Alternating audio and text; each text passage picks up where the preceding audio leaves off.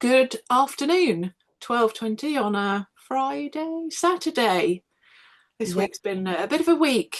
Cleonie's back less than a week after our first festival, which was fantastic. I was in my element, so much so that the tail end of the first one, beginning of the second one, I was thinking I don't want to wait 6 months to do another online.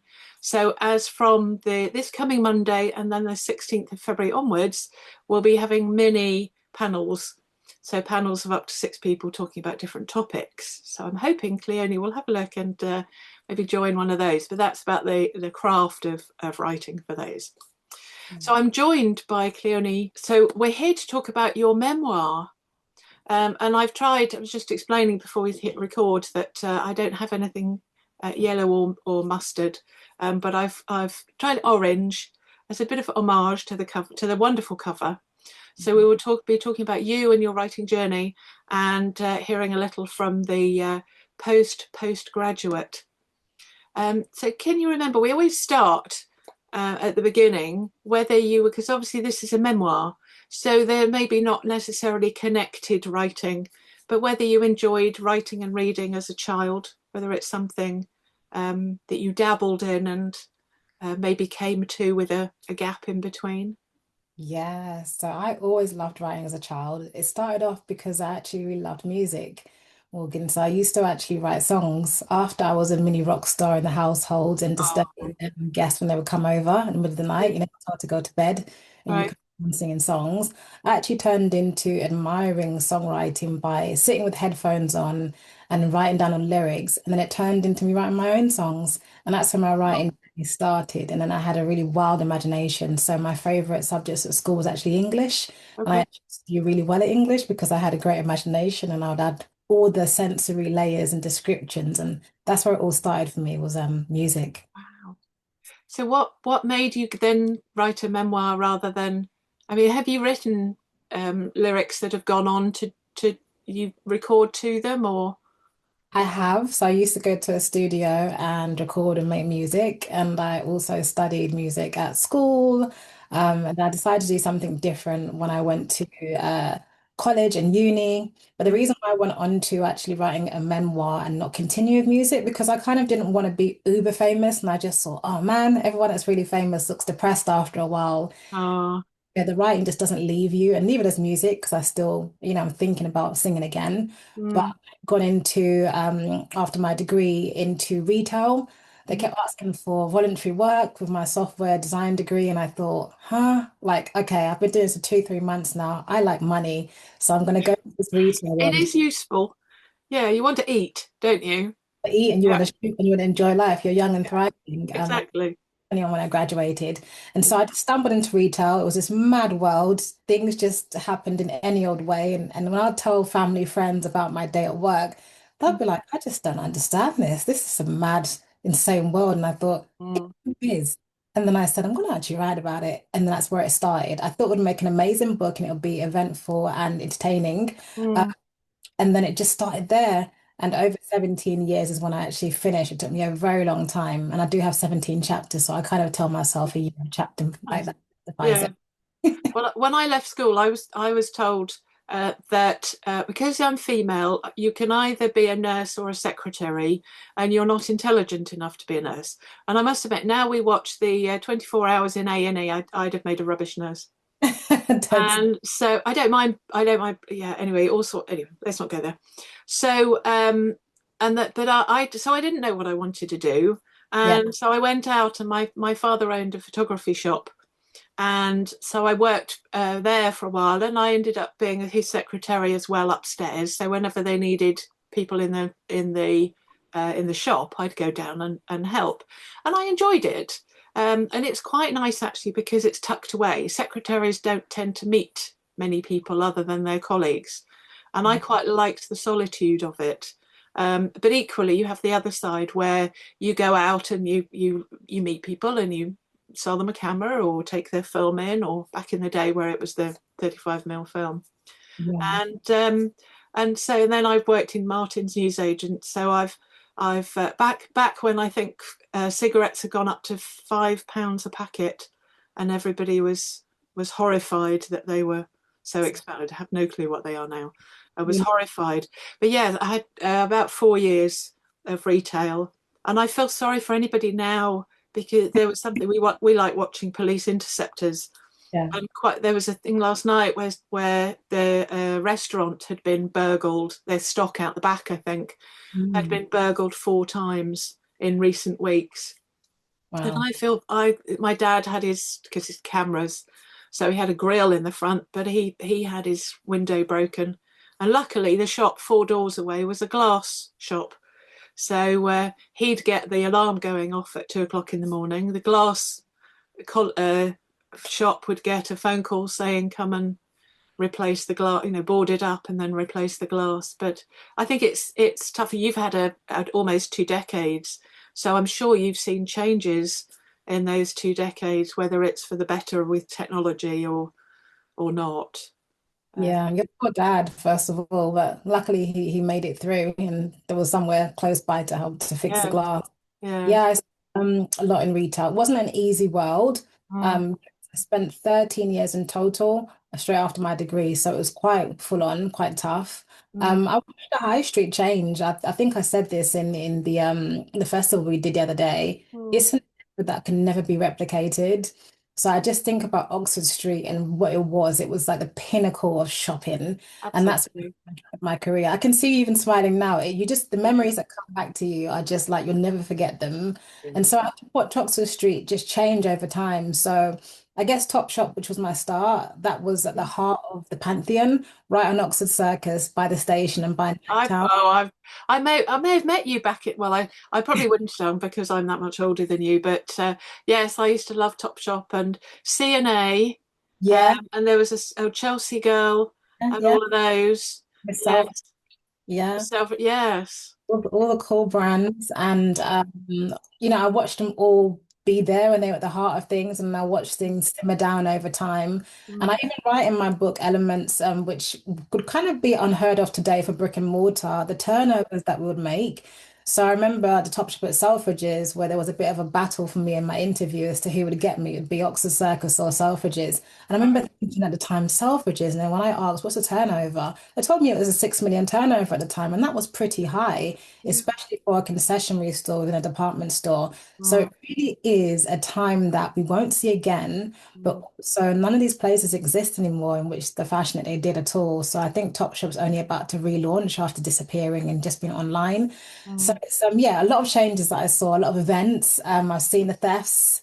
I've seen security guards getting roughed up by customers. I've also seen security guards do what they're meant to do and have some bravery. Yeah, I've also had some first-hand experiences myself with some cheeky customers and also met some celebrities, which was quite fun. So I do yeah. have a few stories that I do share in a chapter itself, which is Well, I remember I was in the queue in Marks and Spencer's. I can't remember what I was buying, but there it was, and I think it was around the corner from the Dorchester Hotel. I can't remember why we were there.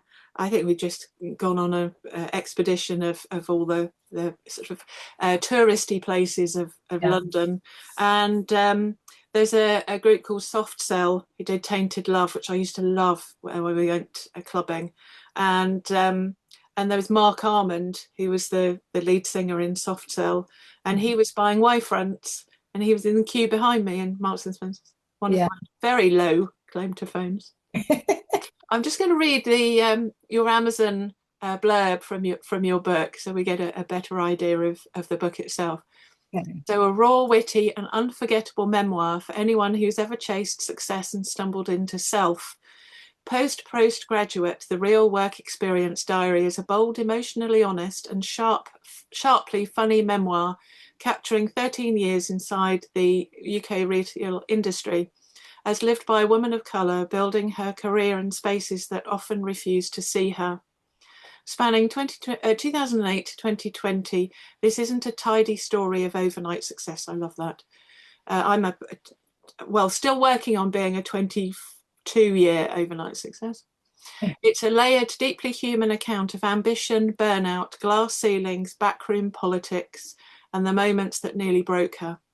For the ones who feel unseen, for the retail veterans who know the weight of an entire store resting on their shoulders, for anyone who learned to lead without the title, rise without the roadmap, and laugh in the middle of it all.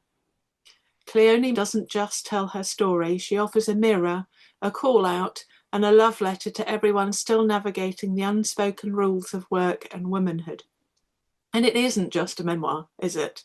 I think No. memoirs, yes, it's they obviously vary. You've got things like Call the Midwife, where the I can't remember who wrote it now, but it's all about her life as and some of it's obviously tweaked for TV, but there's always messages in these, and I think it's interesting just being female, the barriers that and over time. And I think I don't know whether you feel that we have more of a sense of place now being female, Yeah. there are more opportunities Yeah.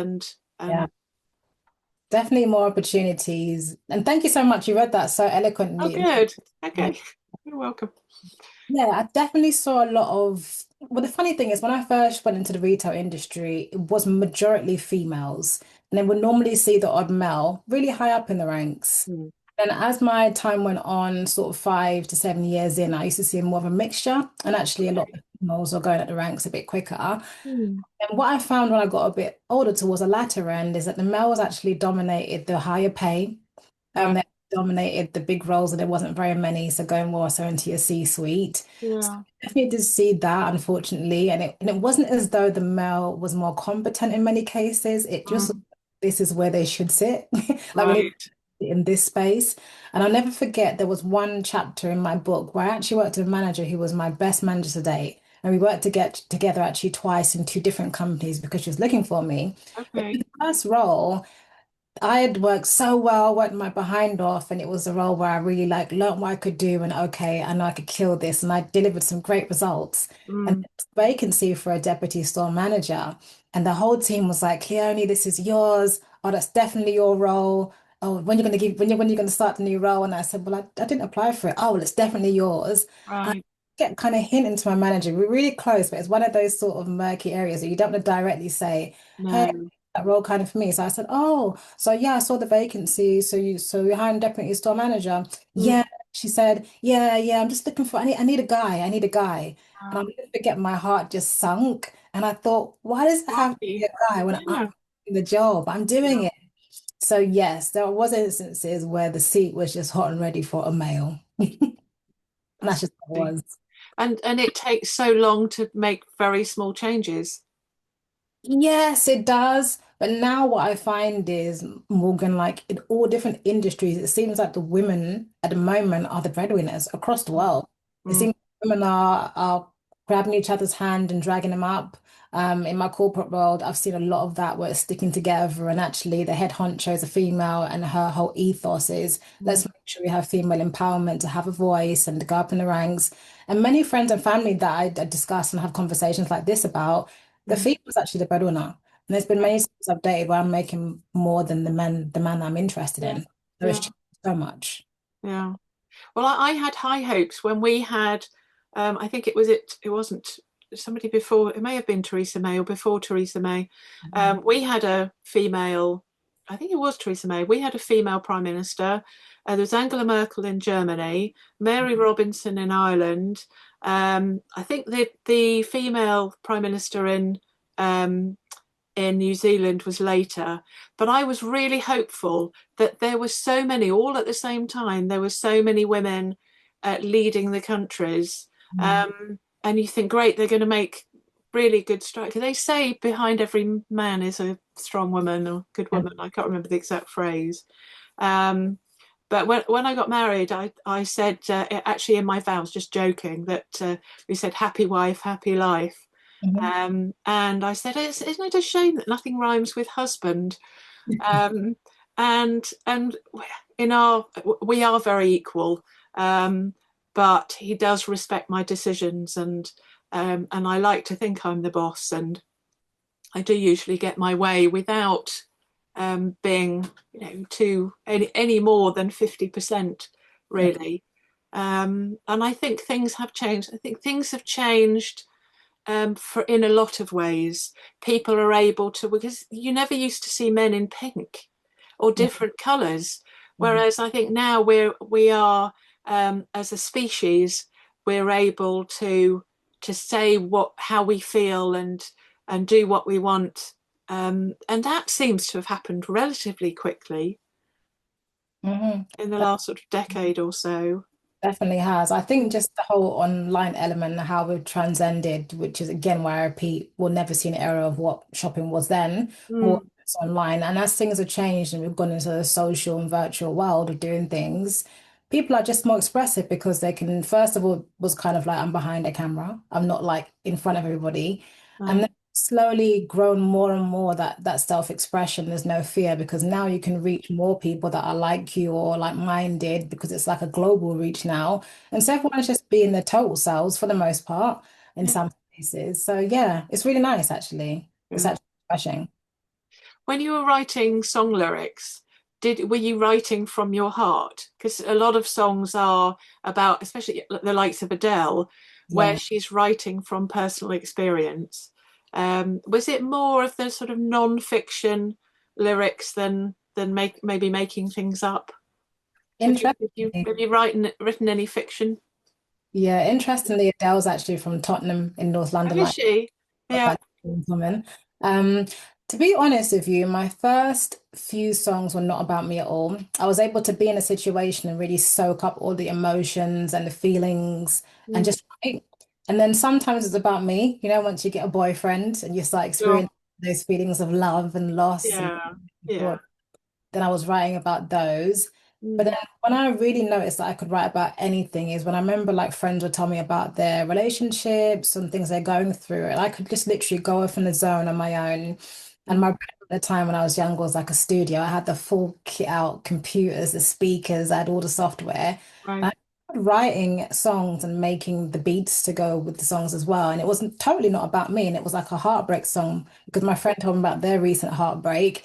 And I had a whole song about it, and I was like, wow, okay, the power of like writing and imagination. This Mm, has nothing to do with me, but I'm singing it like it's about me and the passion and everything in it's like it's my story, and it really wasn't. So it started off with non with fiction, and then I was able to really tap into non-fiction. So I was doing a bit of both, really experimenting.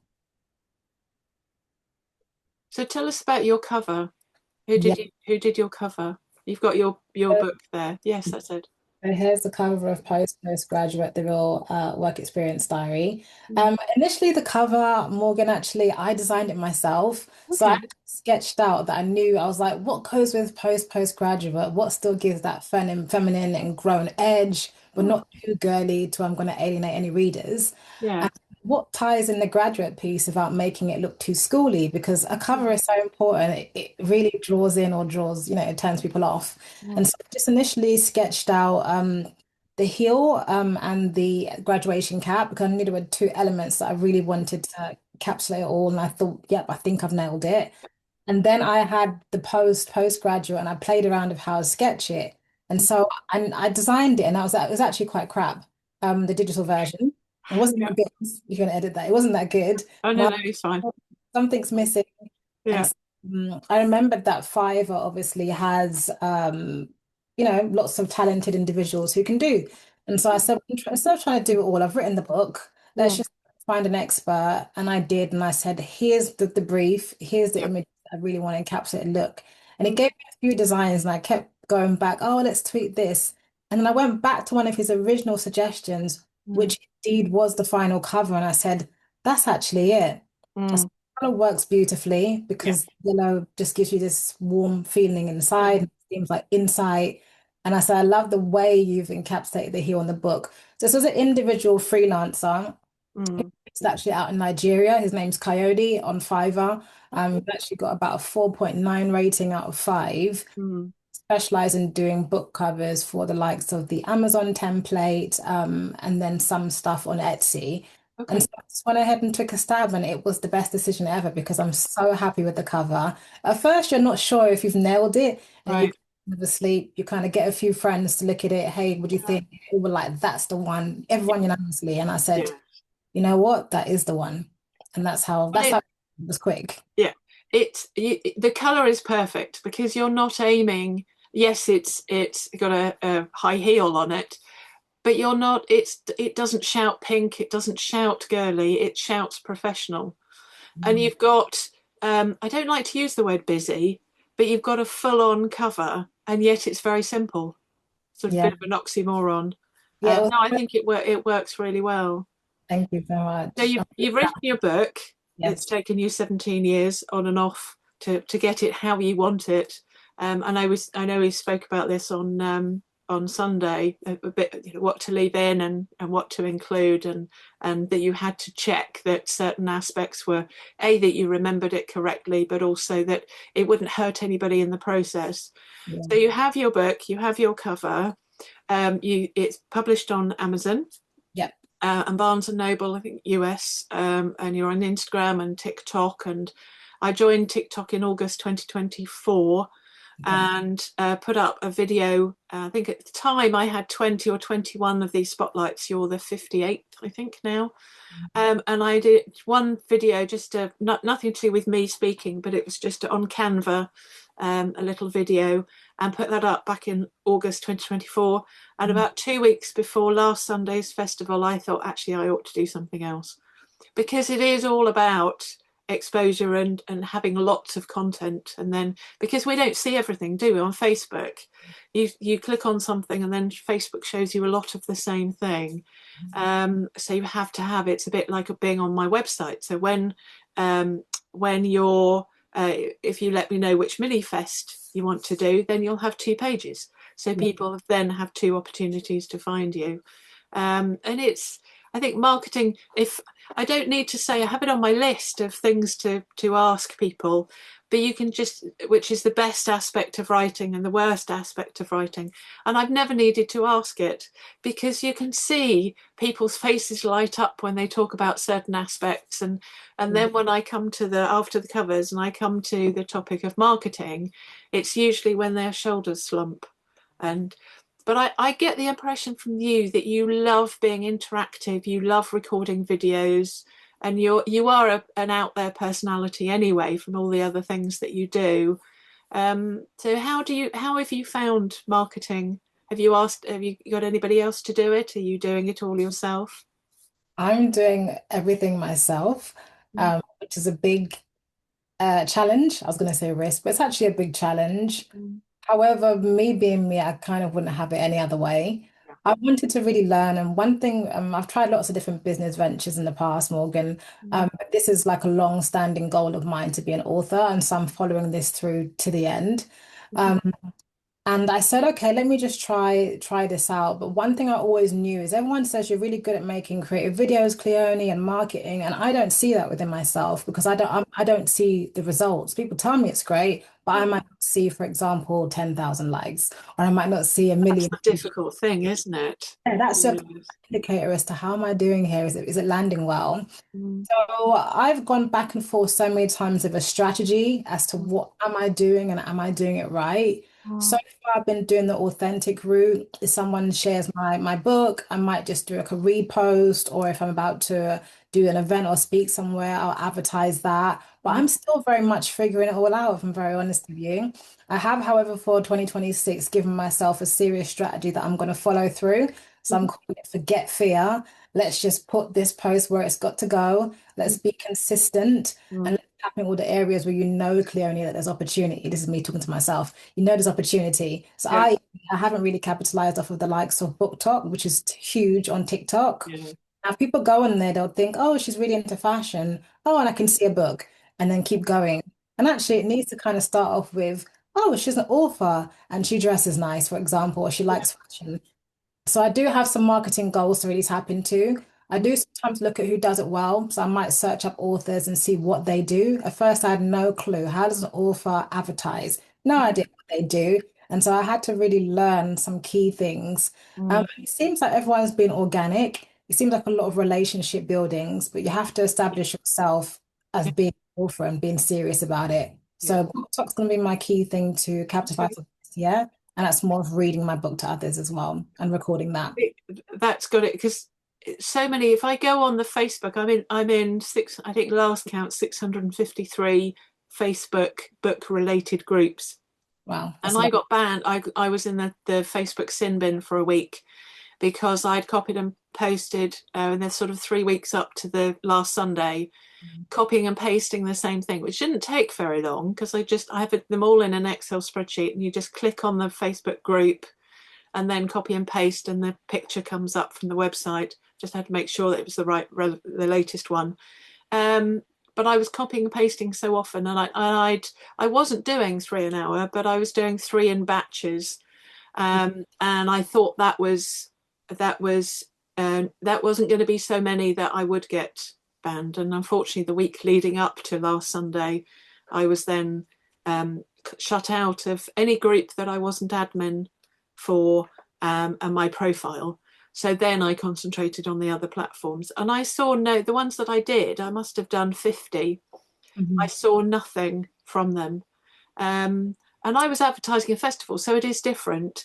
But Yeah. you look at all the threads, and they do tend to be, it's different if I have a new book out, because then people are interested because it's new. Whereas if you go and say, well, I've had this 3-year-old book is currently up for 99p, you, it's just saying, hello, I've got a book, please buy my book. Whereas this is the whole reason why I set up these author spotlights. We was showing, and the festival was showing that we are, yes, we've written a book, but we're a nice person, and we have a book that we think you might be interested in. Yeah. And so it is very, you hit the nail on the cliched head. It is about being authentic and organic, and repeating, having fresh content once a week, and which takes up so much time. And you still have a full-time job. Yeah, it does. That's why I Yeah. say this year I'm going to be consistent because I hadn't in the past. And it's really easy to feel like, oh, I'll do it tomorrow. And then you're like, oh, I don't want to record it anyway and be seen on camera. I don't look good today. And so I'm removing all of that. I'm just like, okay, we have a really simple content calendar for the year. Three Yeah. posts a week is more than enough. We could do Yeah. a bit of lifestyle with some of those posts as well. So I'm just being me. I'm Mm. coming having dinner. Maybe after dinner, I have a cup of tea and I'm going to do a bit of writing and write a chapter. Mm. That's fine content to say what my life is like as an author. Yeah. Really, really simple. So what are you working on next? Because obviously you've been the postgraduate. This is your story. This is helping people who are in the same situation. So Yes. what is next for you? Quite a few things are next for me. So postgraduate, the work experience diary ends with me leaving retail in 2020, Mm. just around the era of COVID, which again, another one for the grandkids. Yeah. And I go into a corporate world. And so the sequel will be my corporate world journey and the chronicles that I see there. And retail doesn't seem so mad after all, by the way. That's what I'm working on right now. Yeah. That could be your tagline. Retail isn't actually as yes. Interesting why that You might ain't seen nothing yet, that kind of thing. Yeah. it's absolutely crazy. And Yeah. I'm also working on where postgraduate heavily talks about, leaving uni, Mm. into universities. I'm actually about to be an alumni for a very important university to me, an ambassador for them, and just getting involved with the students in terms of what to expect when you're about to leave university. What's the working life like when you just step out? I really want to tap into those individuals because I think they're important and they're very impressionable. And no one told you those grey areas, like I mentioned before. So Yeah. spending time around that. And I also want to participate in more events like your own. Yeah. I think they're really special and different. I care about the big events, but I also care about the small ones. I'm very big on emerging things and emerging talent and people that are emerging to do anything new Yeah. while I'm at the beginning stages. So that's what's going to be on the horizon for me. Wonderful. Well, it's I had my best friend at secondary school. She went on to go to university and did a teaching degree, and she wanted to specialize in children with special needs. And she got a degree. It was a bit of a battle because the school she was placed in was just awful. It was so stressful, and the one child pulled a knife on her, and it was a really tricky situation. Yeah. And anyway, she got a degree, and she then met a friend of her brother's who lived on the south coast. And at the time, I mean, now the schools are crying out for teachers, but back then the only jobs she could get were in London, and she couldn't afford to commute. and so she ended up being working in a what, but I don't think this doesn't exist anymore either, tie rack, where they sell ties and scarves, Right. Yeah. and so she worked her way up to being manager, and I think she really enjoyed it. But she'd gone through all those years of wanting to help children and teach children with special needs, and then she left there and works for. I think I don't know whether she went straight then to work at HMRC, the tax office. And I think she enjoys it. She's got quite a gritty. I won't say what her role is there, but she's got a gritty job there. Okay. And she's a biker chick, Oh, and they married, and so they stayed on the south coast, and they're still there. And so yeah, she didn't achieve. Well, I wouldn't say she didn't achieve her dream, but her dream went sideways. Let's put it like that. But yes, she had a really tough job post university, yeah. doing what she wanted to do. Where you're meant to be is where you'll be, Exactly. I say. Exactly. Yes. No, I didn't know what I wanted to do when I left school. So I did end up, after the 4 or 5 years in retail, Yeah. I ended up being a secretary and worked for different companies. And then you've got sort of the experience. So I every now and then there'll be a thing. I think, oh yes, I remember that happening, and it goes into a book. I call it fiction fodder, because Okay. other than writing about writing, I only write fiction, and so everything we experience goes into something current project or something for another time. Yeah. And that's why I say even about my retail experience, Morgan, you're so right. If I didn't, learn some of the things I did, have some of the tough obstacles, it wouldn't have made me who I am today. I'm like, I don't know, I'm like indefensible. When I go into the corporate world, a lot of things were just nothing for me. I never forget temping once, really quickly, I'll tell you this. Yeah, no, it's okay. I Got went time. into the office role in Victoria, right by the station for an oil and gas company. And Mm, I was at front of house and, they're giving me little bits to keep busy. And I'll mm, never forget, she gave me a nice long list of about 7 tasks. And I was like, okay. And she was explaining how to do it. right.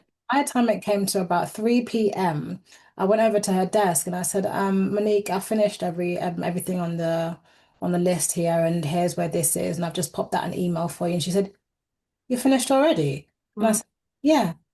Why'd you finish? That's so quick. How'd you finish it already? That was for the whole week. And I said, oh, I'm so used to in retail just finishing everything really fast. By the time yeah. it's going to be lunch break and then we've got to get into the customers. Yeah. Well, It's like it's funny. It's that. funny because I have an uncle. It's the main reason why I live in Aylesbury. Tim worked here, works from home.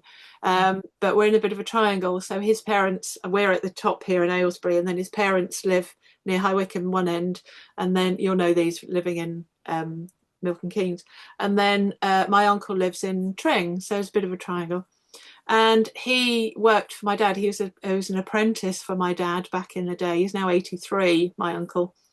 And and he said, and when we go out for dinner, for lunch once a month, Yeah. and otherwise it's Friday coffee morning and Monday evening for pizza.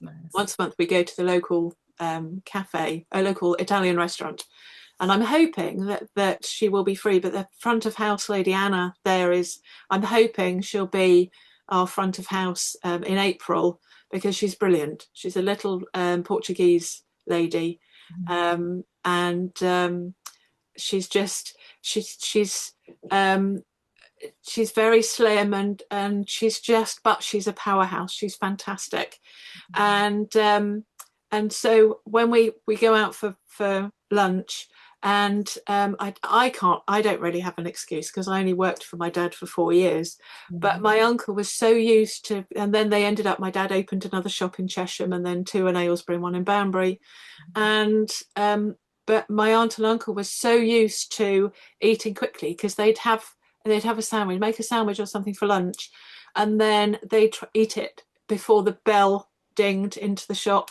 the next person. And he's still the same. We still eat really. I mean, I don't know why I eat quickly, but I have to slow down when I go to visit my in-laws. I have to eat, and I always get my aunt knows that I'm trying to lose weight. I'm about halfway halfway to my goal, and so I get a smaller portion than anybody else, and so I have to eat twice as slowly so that I don't finish first before anybody else. But it doesn't matter. It really doesn't matter. But it's kind of made me think, and you should slow down. I did say we at the beginning we'd go off for different tangents. Yeah, Um, but you should eat. You should chew so many times, 20 times or something, and eat slowly so it digests properly. absolutely. Give the body a chance. Yeah. I'm So not really what tired. what do you do? So you're singing and song. You're still songwriting? I haven't written a song in a really long, like years, in a really, really Okay. long time. So Yeah. it's like it's a muscle I have to exercise and see if I still got it. Mm. Oh, I'm sure it never goes away, does it? It's like they say it's like riding a bike. I haven't been on a bike for years, so I'm not sure how I would be if I got back on a bike. But yeah, they say you never forget. Hopefully not. Do you have a goal? Bearing in mind that this book is the first book was a 17-year project. Have you Mhm. given yourself a deadline for the follow up? Interestingly, Postgraduate is actually the second book I've written. I actually Oh, written okay. one book about my late grandfather, was an Oh, autobiography that he actually asked me to write, my yeah. Jamaican grandfather. He was an entrepreneur, very special to our wider family, not just our immediate family. So Mm, that's my first. I just didn't publish it. okay. Go on to your initial question. My deadline for the second book that I will publish will be by the end of this year. That's Okay. it just needs to be finished. Now, I did kind of squeeze postgraduate into a 2 week crunch towards the back end, and I made that goal, but it was very strenuous. It was like a Right. full-time job with a lunch break and a tea break. I won't be doing the same with this one. I'm going to take my time, but I'm giving myself towards the end of 2026 to say I'm Mm, finished, I've got my cover, and I can go and how to publish it at any point in time. mm. Brilliant. Well, we look forward to that. Thank So we'll you. come back. We'll do another one of these and talk about your second book when that's out. And in the meantime, hopefully you do a Monday mini fest, and we'll be seeing you in Aylesbury in April.